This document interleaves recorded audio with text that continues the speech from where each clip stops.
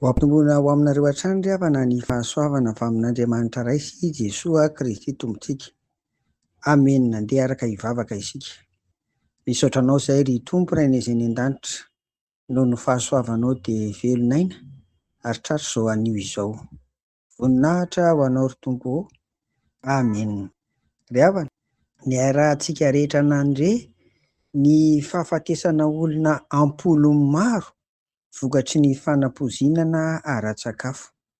Tena mampalahelo satria fanasana no natrehana, fifaliana no fampizarana sy ny tadiavina, kanefa dia fahafatesana no ny hafarana. Miondrika ampanajana manoloana an'ireo vatana mangatsiaka ary mirary fahononana feno ho an'ny fianakaviana rehetra. Mirary ihany koa fahasitrahana aingana ho an'izay mbola tsaboina rehetra. Ho anay ny tenin'Andriamanitra hifampizarana rehefa tratry ny mafy tahaka an'izao dia tsaroana ny tenin'i Jesoa manao hoe aty amin'izao tontolo izao no ahitanareo fahoriana, nefa matokia izaho efa naharesy izao tontolo izao. Jaona 9:17 tapany farany.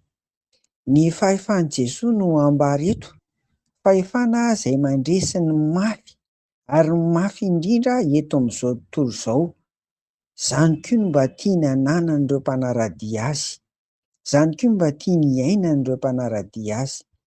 Ka na inona mafy sedrainy dia manam-piadanana ny fony satria mino sy mahatoky ary miompy-piainana feno sy tanteraka amin'i Jesosy Kristy izy. Ry havana, izany soratra masina izany no ifampizaranay hoe aty amin'izao tontolo izao no ahitanareo fahoriana hoy Jesoa, nefa matokia izaho efa naharesy izao tontolo izao.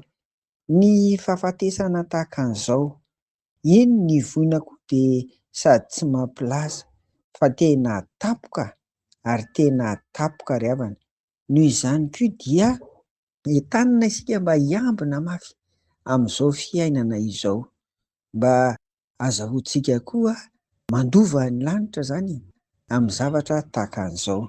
Koa ny fanahy masina no ampahery ny fiaina mana-manjo rehetra, ary ny fanahy masina ihany koa no mbola hameno ho an'ireo manaraka ny fitsaboana mba ho sitrana soamantsara. Amen. Vavaka isika. Ry Tompo Rainay any an-danitra izao koa no fotoana mba hivavahanay ho an'ireo mana-manjo rehetra.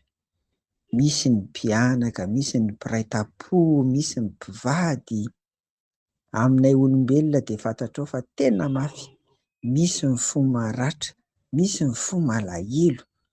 Tompo, reny rehetra reny anie dia ianao ilay nandresy an'izao tontolo izao, nao ka ampitombo ny finoana, ampitombo ny fanantenana ary hananan'izy ireo fahefana koa ka handresena an'izao tontolo izao. Eny, mba hanana ny hoaviny mamirapiratra eo anatrehanao anie ny sisa tavela rehetra. Mivavaka koa izahay ho an'ireo tsy salama, ho an'ireo mbola manaraka fitsaboana. Enga anie Tompo, mba amindranao fo koa izy ireny ka mba ho sitrana soamantsara.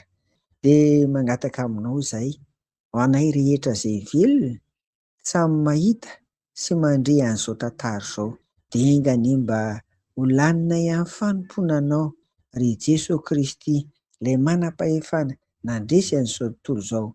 Ho laninay amin'ny fanomponanao koa anie ny androm-piainanay. Sisa rehetra harem-pio izay raha toa no atsirambina, mba hahay hanonitra izany Tompony amin'ny ho avy.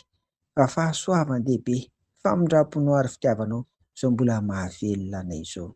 Dia iriny haingan-tanay amin'ny anaran'i Jesoa izany. Amen.